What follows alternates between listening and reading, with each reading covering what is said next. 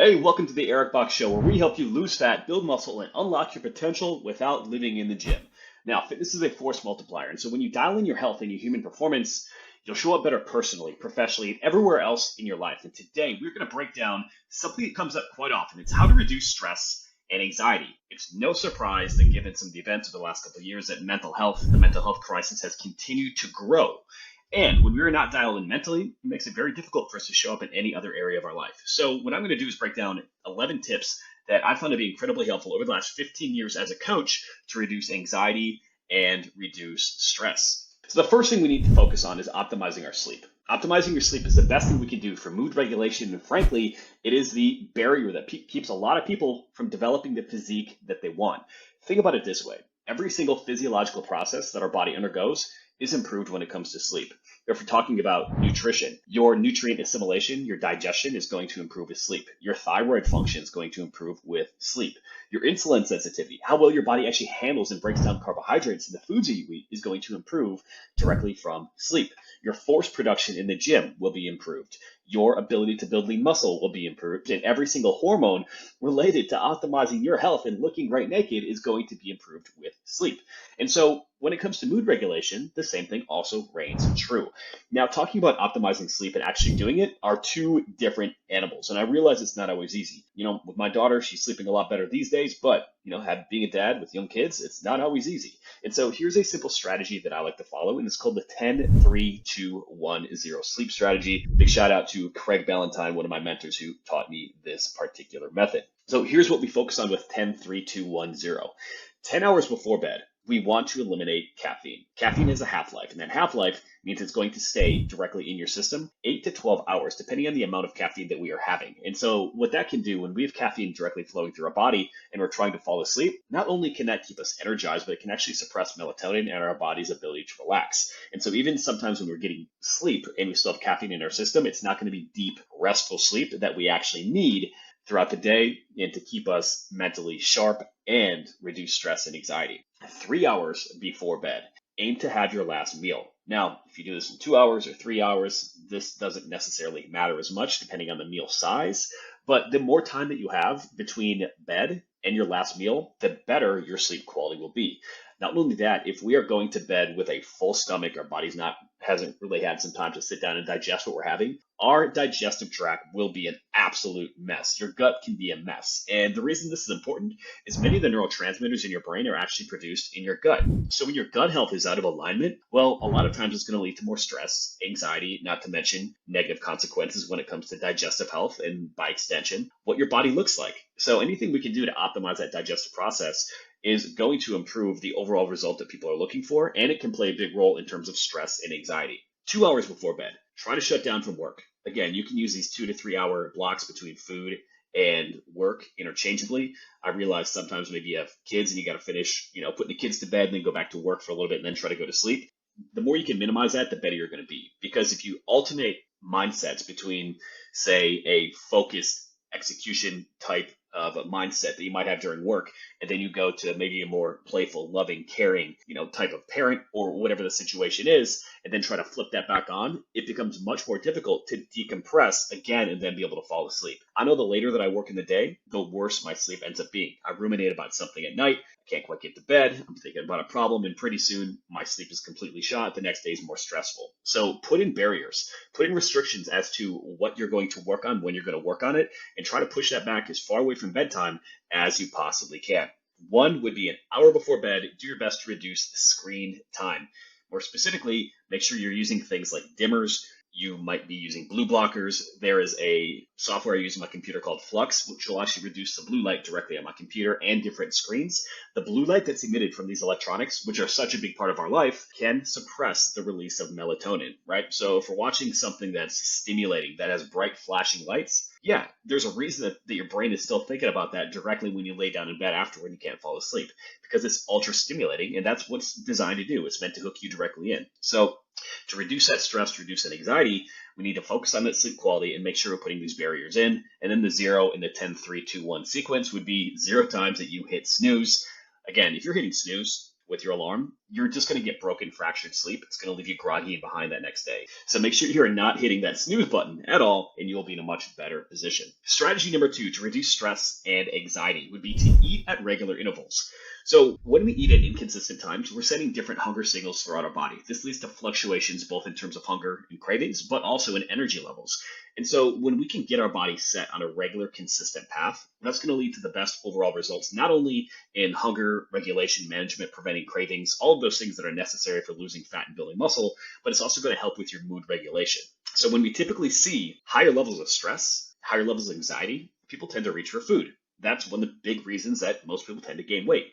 Food becomes something of comfort. And so if we can start to regulate what we eat, when we eat, and have that consistent cadence, not only are we setting our body up from an optimal physiological perspective for being able to digest, for being able to regulate hunger, but it's also going to keep anxiety and stress at bay, because people aren't happy after they stress eat, right? Like, it might scratch that itch for a moment, but afterward, guilt kicks in, shame kicks in, and that can just rev up your anxiety and your stress and prevent you from doing the things that you need to really take care of your health. So eating at those regular intervals is absolutely crucial. Now, my favorite strategy for this is what we call the 4-4-40 meal method. So here's what this looks like. You have 4 meals, roughly 4 hours apart, and each one needs at least 40 grams of protein. So let's break this down. 4 meals per day: breakfast, lunch, dinner, and then your post-workout, whenever that is typically going to be. 4 hours apart. This is an optimal spacing, allows for good quality digestion throughout the day, which is going to help regulate mood, regulate hunger, and keep that consistent flow of energy. Finally, the 40, again, this is going to be adjustable. And so the 40 is 40 grams of protein per meal. Ideally, what we want to shoot for is roughly or a little bit under 1 gram of protein per pound of body weight. So if you're 200 pounds, that's about 165 grams a day. Break that up by 4 meals. Voila, we've got 41.25 if we're being precise, right? So you can adjust that up and down based on what your goals are, based on your body size. That's going to be something that's going to be very helpful in terms of, again, regulating your hunger, helping you get enough protein directly in your diet, and by extension, that's going to help regulate your mood and stress and anxiety. Number 3, reduce your caffeine intake. All right, I'm a coffee hound. I could drink coffee all day. I absolutely love it. I spend a lot of time working in coffee shops, but one reason coffee is so wonderful and it feels so great is it does increase cortisol, body's primary stress hormone. We get this increased rush of adrenaline, we blunt signs of fatigue, and essentially it's like buying energy on credit, right? So that energy is going to have to be paid back in some way. And so what happens with a lot of people is they overshoot their caffeine intake. And by extension, what happens is when the withdrawals kind of start later in the day, then pretty soon we are left with anxiety, right? It's like drink coffee all day, then you hit that 2:30, 3 o'clock feeling, and witching hour begins. You are stressed, you're anxious, you're not able to shut down as you get later into the day, and pretty soon you're carrying that stress from work directly into your home and family life. That is a recipe for disaster. So in terms of caffeine intake, this is going to be something that's highly individual, but here's what I like to do. If I'm not careful, I can easily consume 600 plus milligrams of caffeine per day. So what I typically do is, one, in the morning, I'll start with a cup of coffee, and then I'm having water before my coffee, water between a coffee. Okay, so it's water, coffee, water. And then what I like to do now is I switch to tea. And tea has caffeine, but a fraction of the caffeine that you're going to have directly from, ripping down a Starbucks or a double espresso, whatever you like to go for. Once we start to curtail that caffeine intake and the overall amount that we're having, I like to set a lot of times a barrier around 2 per day. That's a really good spot where I get the energy that I need to in the morning, but make sure that I also cut it off by noon so it does not negatively impact my sleep. If you have a ton of caffeine on a regular basis and you want to be able to pull back, I've actually gone through different time periods where I do a complete withdrawal from caffeine. Now, one of the battles when you pull off of caffeine is the headaches. The withdrawal symptoms are 100% serious. They suck, man. They really, really suck. And so what we have to understand is caffeine is a vasoconstrictor, meaning it constricts our blood vessels. And so what happens for a lot of people is once you start getting rid of the caffeine or lower the amount significantly, we start to get these pulsating headaches. And that's because we have the increased blood flow because we have better blood flow to our brain. Okay, so a couple of things we can do to work directly around that. If you want to be able to pull back in your caffeine, the protocol looks like this. It's going to take about 5 days. In days 1 and 2, what we're going to do is we're going to take 2 servings of 500 milligrams of L-tyrosine. L-tyrosine creates a precursor for dopamine, which makes us feel good, good drive, good energy levels, so on and so forth. Also a pretty potent pre-workout.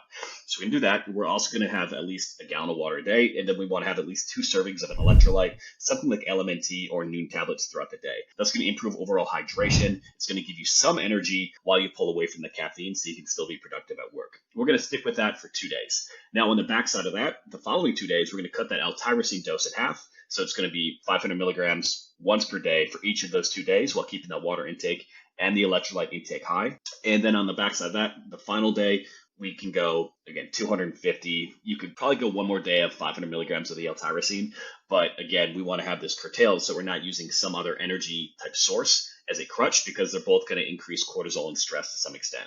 And so I found that within about 5 to 7 days, it can be a great way to really reset that caffeine tolerance and make sure that you're actually getting something out of those 1 or 2 cups of coffee, where you don't fall into the trap that I've many times where I'm having 2 cups of coffee, then I'm going to a coffee shop and having like a massive 16-ounce coffee, and pretty soon I'm absolutely wired. Finally, one strategy to further reduce that caffeine intake would be looking for a stimulant-free pre-workout. A lot of pre-workouts, especially if you're not looking at the label closely, are just fired up with a ton of stimulants that make it feel like you're getting a lot more active ingredients that are going to promote a better workout than they actually are. I like to use Legion. Legion has a great stimulant-free pre-workout called Pulse. And so when you use that, it's going to have a ton of active ingredients like beta-alanine, amylcitrulline, which are actually going to help improve that workout performance without needing an additional stimulant like caffeine to be able to get the job done. So again, caffeine, it can be a great drug to use to your advantage. The problem is it's still a drug. And by extension, we are borrowing energy for the future. And it directly does increase adrenaline and cortisol, our body's primary stress hormone. So if we're living on that, well, guess what? Stress and anxiety, they're going to be higher. So the higher that your stress and anxiety are in life in general, the more you want to be a little bit cautious with what your caffeine intake is. Strategy number 4, avoid prolonged fasting during periods of extreme stress. Intermittent fasting can be a great diet strategy, primarily because it helps you control for calories, which is the primary reason any diet can work, right? And so one of the issues though with fasting is it does increase adrenaline, cortisol, okay? And so when we're going this prolonged period of time, one reason we feel that mental clarity, we feel that focus, is because we are running on higher levels of adrenaline and cortisol. And it feels good. You feel very productive. You have that mental sharpness. The downside is that stress, that anxiety, we have to understand that our body can differentiate from the stress and anxiety that we feel from any different source in life. And so when we're adding another layer to it based on our eating style, it just becomes one more thing that's working against us when it comes to overall stress reduction. And so during time periods of extreme stress, what I recommend is actually eating a little bit more frequently. This is when I like to adopt that 4-4-40 muscle meal method. Personally, fasting is something I did quite a bit of, especially in my 20s. Really since becoming a father and having a business that's been growing in different businesses, different industries as well, it's like I have so many decisions, so many things that are pulling at my attention at any given time. I have to be very cognizant of the way that I eat, right? Because when we eat, we can actually buffer that initial cortisol response that we have that helps us wake up. So what we need to understand is, if we are following an eating strategy, in addition to consuming a lot of caffeine, in addition to having a very stressful life, these are all small little things that add up to create a lot of stress and a lot of anxiety. And so making slight adjustments like eating a little bit earlier in the day instead of intermittent fasting can be a great strategy. Now, if you're somebody who's done intermittent fasting for a long period of time and it's really the most sustainable thing for you, what I would recommend would actually be one of two options. First, shifting your eating window so you're cutting your meals out more like at dinner, right? So for example, instead of doing like a 16-8 where you eat all your food from 12 until 8, back it up and maybe go 8 until 4 or 9 until 5 or 10 until 6. And that way, you're still having a little bit of a break for your digestive system in the morning. You're preventing yourself from maybe overeating hyperpalatable breakfast foods, but you're also giving your body enough time in the evening to digest that food beforehand for better overall sleep quality. That kills a couple birds with one stone. Strategy number 5, to reduce stress and anxiety, focus on a sustainable plan of eating. The evidence is clear that the more restrictive the approach is with your nutrition, the more likely you are to experience guilt, shame, and binges. In addition, if you're dieting strictly, if you're really cutting calories hard, let's say you're eating 1,500 calories, you're in a 1,000-calorie deficit, that's going to create a lot of stress overall in your body. And by and large, when we're creating that additional stress from dieting, of course, it's going to ramp up our anxiety. It's going to ramp up our stress. And so by extension, what does that lead to? In most cases, that leads to more binging, more stresses. And frankly, when stress gets high and our calories are very low, it's also going to negatively impact your thyroid function. It's going to negatively impact your insulin sensitivity, both of which work against you. And so when it comes to fat loss, the best approach is going to be something that you're going to be able to maintain. And it actually ties in some of the foods that you enjoy. Because when you start adding in, I can't have this food is bad, you start to have a lot of guilt and shame associated directly with the type of eating that you're having. And eventually you're going to binge and crash and end up back at square one with a less healthy metabolism and more stress, more shame, more guilt, and more anxiety around it. So finding a sustainable way to eat is one of the most important things you can do to reduce stress and anxiety, which again is why I'm becoming increasingly more of a fan of the 4-4-40 muscle meal method that we like to deploy. Number 6, add more salt to your meals. People are a little bit shocked. They're like, hey, is salt really healthy? And the reality is, it is. Primarily, if we're focusing on having foods that are minimally processed, then adding some salt to your meals is completely fine. Where a lot of people get into trouble is they eat highly processed foods that have 70% of your sodium intake for the day multiple times throughout the day, and then add more salt to their food and wonder why salt has a bad rap. And so if you think about it, if we're eating good, clean food across the board and then fitting in some of those foods that we enjoy instead of having highly processed foods for 70% of our diet, adding a little bit more salt is going to be completely fine. And frankly, you're going to be healthier across the board. And one of the key reasons here is salt can actually nourish your adrenal glands. Your adrenal glands are responsible for pumping out cortisol. We can provide more support directly to your body's stress management system by adding salt directly to those meals. Number 7, use regular electrolyte supplementation. This is important, especially if you want good quality workouts, if you're working out in a hot environment, and if you are low carb, right? And so when we have more electrolytes, it's going to help improve the actual ability of muscles to contract. It's going to improve nerve cell function, which is crucial for cognitive function as well. So a few things we need to focus on when it comes to electrolyte supplementation. There are really 5 vitamins, minerals that we're really looking to have. 1, sodium, absolutely crucial. 2, potassium. 3, calcium. 4, magnesium, the second biggest vitamin and mineral deficiency in the Western world.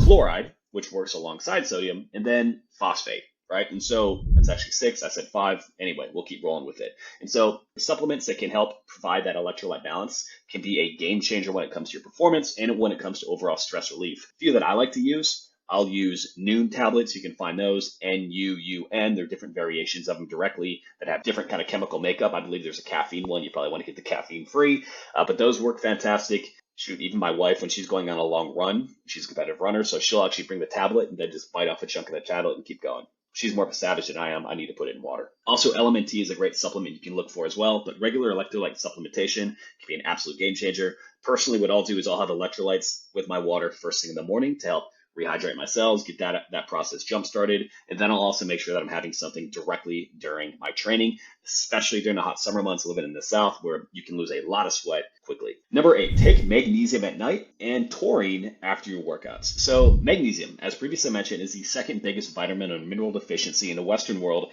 after vitamin D. Magnesium is important for over 300 chemical reactions inside of your body. So when it's depleted, which it most likely is if you're listening to this, you're not going to be performing your best. And it does play a crucial role, not only in insulin sensitivity, how well your body handles the carbohydrates that you're eating, but it plays a crucial role in terms of stress management. So making sure that you're getting plenty of magnesium directly through your diet, eating a lot of leafy greens. If you can, get foods that are more likely to be organic, minimally processed is going to play a huge role. But one big issue with magnesium in general is the soil quality of the food that we're having is dramatically less than it was a couple generations ago. So you'd have to eat a much higher quantity of vegetables really to get that magnesium into your body. For that reason, I do recommend most people supplement. There are a lot of different types of magnesium that are out there. Magnesium glycinate is great, especially for insulin sensitivity. Magnesium taurate is great for blood pressure. Magnesium threonate is great for cognitive stress. I find that the best supplement that I've used is Magnesium Breakthrough, which has multiple different types of magnesium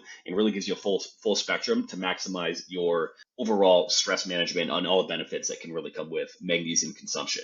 The second supplement I recommended would be taurine. Taurine is an incredible supplement because it can actually inhibit adrenaline and suppress the release of it. So like the fight or flight response we directly get from it. And so when you're having a hard workout, what we want to be able to do specifically with taurine would be, let's say you have a heavy squat workout, you're using a lot of things that are neurologically intensive, jumps, throws, something like a powerlifting workout or CrossFit workout or even a high volume bodybuilding workout. It can actually help support calming down of your nervous system, which is crucial. And then it can also help trigger the release of GABA. And so GABA, neurotransmitter in your body, really enables your body to relax and fall asleep and to sleep soundly throughout the night. So if you're having a lot of stress and you have hard workouts on top of that, number 9 would be consider the use of GABA. That's going to help inhibit adrenaline and it's going to help support GABA, helping your body relax. Number 10, consume less information. The more information we consume, the more paralyzed into taking action we become, right? So if we consume so many different tips when it comes to training, when it comes to nutrition, it can be really easy to feel completely overwhelmed. Or it could be for your vocation. Maybe you're studying sales. Maybe you're studying something with marketing or code or whatever it is. If we consume information from too many sources, our brain can easily get overwhelmed, and pretty soon we're not taking action on the things that we need to. And when we're not taking action on the things that are meaningful for us, what happens? We start to feel stressed about it. We feel incongruent with the person we want to be, and that drives up stress. It drives up anxiety. And so when you can more or less curate the information you consume on a regular basis, you're going to be able to think more clearly. You're going to be able to take more action on the things that actually matter. So I find that personally, if I set kind of parameters on what I will consume, on how much information I'll consume, or what resources I will really look at, it makes such a big difference. Because if we just consume information from all these different sources, in addition to all the media that we see, we hear on podcasts, we see on the news, we see on YouTube, whatever it is, all that stuff can make us feel overwhelmed, have our heads spinning, and it makes it feel impossible for us to actually stay present and enjoy any particular moment. So we want to be able to consume less information, focus on the things that are important, and execute on what's important to us. And then tip number 11 would be to reduce the stressful inputs and potentially even relationships in your life. Overall, we have to think, right? If we have people who are not supportive of our goals, it doesn't matter what our past relationships with them really were. If they are causing a ton of stress in our life, as difficult as it may be, it can be better to cut that cord. And it's not comfortable. But if you have people who are pulling you back, if you have people who are making you feel ashamed, who are making you feel guilty for taking care of your health, for pursuing something that is your dream, for pursuing something that's going to help improve you as a person, they're not supporting you. And if people aren't supporting you in the things that you deem to be important, well, there's going to create a lot of friction. It's going to create a lot of stress. It's going to create a lot of anxiety. And this could come from your partner. It could come from a family member. None of this is ever easy. But what we need to think about is what is causing stress in our life, and can we remove that? So we need to be able to reduce the stressful inputs and sometimes the relationships in our life. And this might mean having a different friend circle. It might mean adopting different hobbies. But you know what? If you do the things that are meaningful to you, you're going to start attracting those people who are also interested in those, and you're going to create new friends and new relationships. In addition, consider the inputs that you're having. Are you somebody who's watching the news a lot? Are you somebody who is getting wrapped up in politics, getting involved in things that are really out of your control? Because when we're consuming information, it causes us stress, but we can't necessarily control with it. It becomes something else that we have to cope with. And when we have constant barrages of stress from all these different areas of our life, from relationships, from the media, from the foods that we eat, the style that we eat, from work, whatever it is, it becomes so much that our brain cannot focus on the things that are meaningful for us. And when we act incongruent with the person that we want to be, that's what drives up stress more than anything. So gang, hopefully you found this helpful. 11 simple strategies you can use to reduce stress, to reduce anxiety, and look, feel, and perform your best. If you found this episode to be valuable, all you got to do, drop me a thumbs up, drop me a review on your favorite podcast platform. And if you're checking out on YouTube, hey, just leave me a quick comment. This is how we grow. This is how we know that we are hitting home, and we can create more content that helps you look, feel, and perform your best. Eric Bach signing off. I'll see you on the next one.